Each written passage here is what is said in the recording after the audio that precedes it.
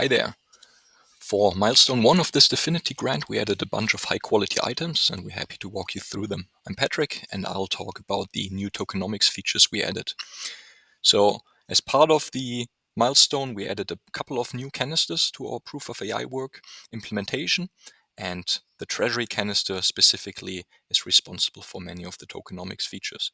It's implemented in Motoko and deployed on this ID, so we can take a look on the dashboard as well. So this is the treasury canister here on the Internet Computer dashboard, and we can take a look at its API. Most of these functions are scoped to controllers, but nevertheless we can see the functionality we implemented. Let's take a look here at the funnAI app and how these tokenomic features are basically presented to the user.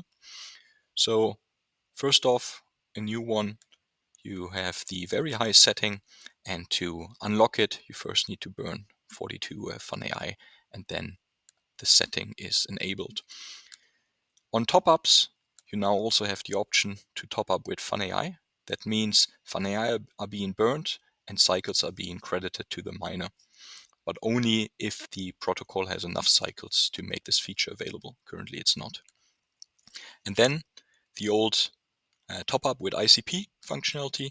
Let's do this with one ICP here, and a bunch of things are happening in the background here actually. So the ICP are being transferred, and then the protocol credits the appropriate cycles to this miner.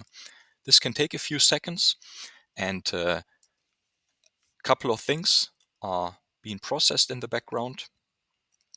First off, once the cycles are credited, then the payment was processed, and we can actually take a look here on the dashboard. This is the account for the protocol. So we can see that just a minute ago, one ICP was transferred to it. And then the interesting part is happening.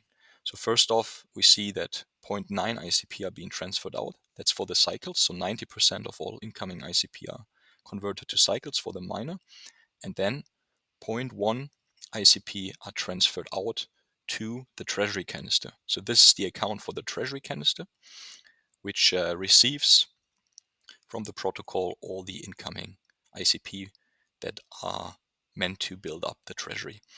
And we see 0.1 ICP was received, and now the treasury canister kicks off a automatic process.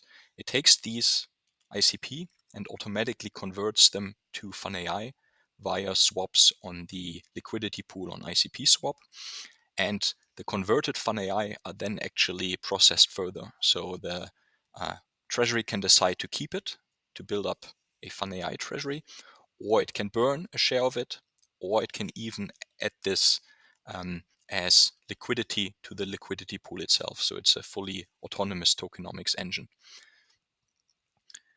And we can see for the received ICP, a transaction is sent out.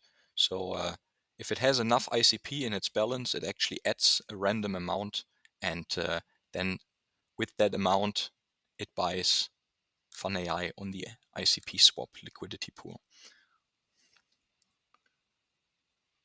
So let's take a look here if the transaction is showing up, and we see actually a bunch of transactions from the treasury canister.